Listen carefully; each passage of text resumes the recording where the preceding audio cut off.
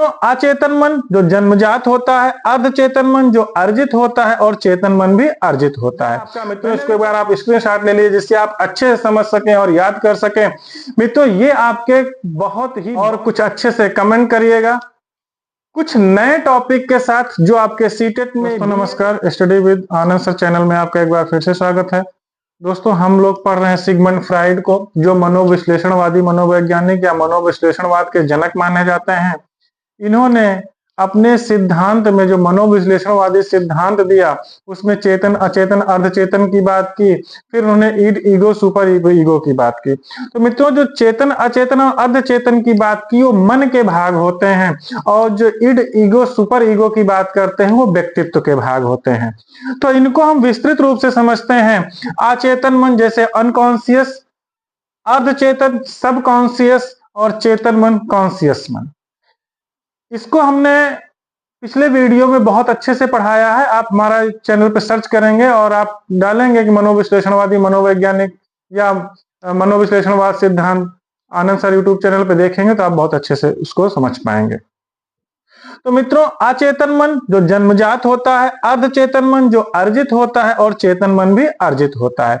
मैंने अभी आपको बताया कि मन के भाग होते हैं, और जो दूसरा इन्होंने व्यक्तित्व के भाग की बात की है। व्यक्तित्व के भाग को इन्होंने 3 भागों में बांटा, इदम अहम परा अहम, या इड ईगो और सुपर ईगो। इड क्या होता है? जन्मजात होता है। ईगो और सुपर ईगो हमारा अर्जित होता है। अब मित्रों इसको समझते हैं। हालांकि सिगमंड फ्राइड ने इस मन के भाव को बर्फ की शिला से भी तुलना की है, बर्फ के टुकड़ों से भी तुलना की है। उसको हम आपको बताएंगे आगे। अब इसको देखते हैं कि हमारा इड क्या है, ईगो क्या है, सुपर ईगो क्या है। सिगमंड फ्राइड महोदय जो मनोविश्लेषणवादी मनोवैज्ञानिक हैं, इन्होंने कहा कि जो व्यक्तित्व का भाग होता है या व्यक्तित्व के भाग जो आपको बताते हैं किस प्रकार से किसका व्यक्तित्व हो सकता है, किसी प्रकार के कार्य करने से हो सकता है, तो इसको इन्होंने बताया इड ईगो और सुपर ईगो के रूप में। इड ईगो सुपर ईगो क्या है, या इदम अहम परा अहम क्या है। तो इदम क्या होता है, या अचेतन मन की तरह काम करता है। और अहम या ईगो क्या होता है, अर्धचेतन की तरह होता है। और जो सुपर ईगो है वह चेतन मन की तरह होता है। तो देखते हैं यह पार्श्विक इच्छाओं का अध्ययन करता है, यह वास्तविक जगत की बात करता है, और यह सामाजिक नियंत्रण की बात करता है, सामाजिक नियमों की बात करता है, नैतिकता की बात करता है। तो मित्रों जो इदम है, जो इड है, वो क्या करता है, बिना किसी बाधा या इंतजार के सुख व आनंद की संतुष्टि प्राप्त करना चाहता है। यह क्या करता है, सुख व आनंद की अनुभूति, यह इच्छाओं का भंडार होता है। बच्चों में इसकी प्रधानता ज्यादा पाई जाती है। यह जन्मजात होता है, यह आनुवांशिक भी होता है। व्यक्ति की मूल व जन्मजात वासनाएं जो कभी दमित थी, वह जैसे ही इधर अपनी बढ़ता है, वह इच्छाएं आदि इसी के अंतर्गत आती हैं। जो किसी भी प्रकार का तनाव नहीं सह सकता है, ये सब किस में आता है, इड अर्थात इदम के अंतर्गत आता है। दूसरा आपका ईगो या अहम जिसको हम कहते हैं, वह व्यक्ति जो वास्तविक स्थिति से संबंध रखता है, वास्तविकता की बात करता है, व्यक्ति को बचाने का कार्य करता है। व्यक्ति किसी भी प्रकार का कोई गलत कार्य करने जाता है, तुरंत उसके दिमाग में मस्तिष्क में विचार आता है कि नहीं नहीं हमको ये नहीं करना चाहिए। यह कौन करता है, आपके मन का भाग या ईगो करता है। कार्यपालक होता है, और आंशिक रूप से चेतन और आंशिक रूप से अचेतन मन की बात इसके अंतर्गत आती है, या आंशिक रूप से चेतन या आंशिक रूप से अचेतन भी होता है, में काम करता है, अचेतन में काम करता है। अगला आपका आता है सुपर ईगो, या जिसको हम पराहम के नाम से भी जानते हैं। यह सामाजिक मान्यताओं की बात करता है, संस्कारों की बात करता है, नैतिक मूल्यों की बात करता है, आदर्शों से संबंधित होता है। इसमें बुरे विचारों को रोकने की क्षमता होती है, या किसी भी प्रकार के आपके मन मस्तिष्क में बुरे विचार आ रहे हैं तो उनको रोकता है। यह नैतिकता को कमांड देता है, नैतिकता की बात करता है।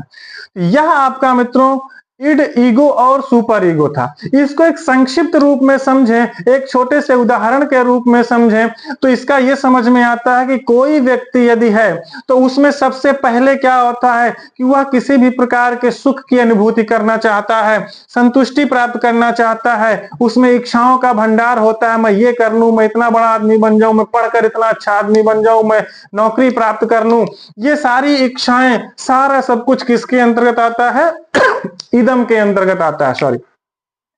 फिर नहीं, उसी व्यक्ति में ईगो क्या कहता है कि वास्तविकता से बात करिए, वास्तविकता से संबंध स्थापित करता है और वह किसी भी कार्य को करने से पहले गलत कार्य में जाने के लिए रोकता है। कौन सा?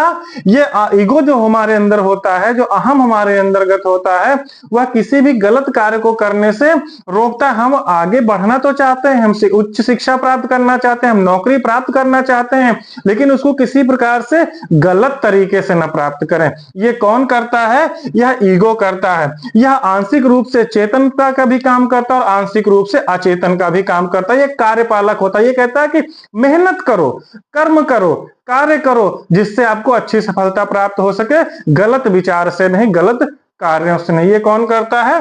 ये अहम करता है।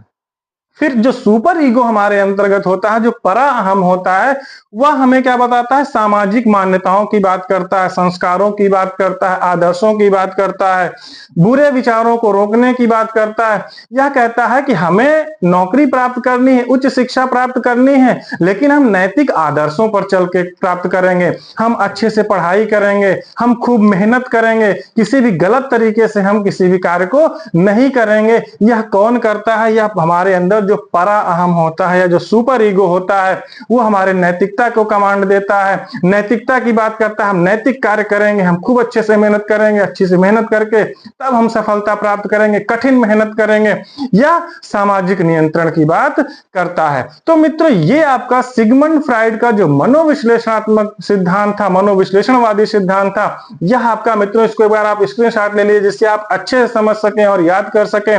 मित्रों, ये आपके बहुत हर बार ये आपके सीटेट में पूछे जाने वाला एक टॉपिक होता है। यहां से हर बार एक प्रश्न पूछा जाता है। इसमें अगर आपने इसको स्क्रीनशॉट ले लिया हो, स्क्रीनशॉट ले लीजिए एक बार।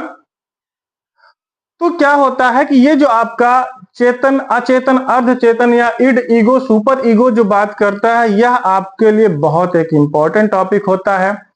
मित्रों, अगर आप इसको समझ लिए हो, अच्छे समझ में आया हो, तो हमारे इस चैनल को लाइक करिएगा, सब्सक्राइब करिएगा और कुछ अच्छे से कमेंट करिएगा। कुछ नए टॉपिक के साथ जो आपके सीटेट में, बीएड या बीटीसी में ये टॉपिक भी पूछा जाता है। कुछ नया जो आपके बीएड, बीटीसी या जो शिक्षा से संबंधित जो भी पेपर होते हैं उसमें जो भी पूछा जाता है इंपॉर्टेंट, कुछ नया टॉपिक लेकर फिर से आपके सामने आते हैं।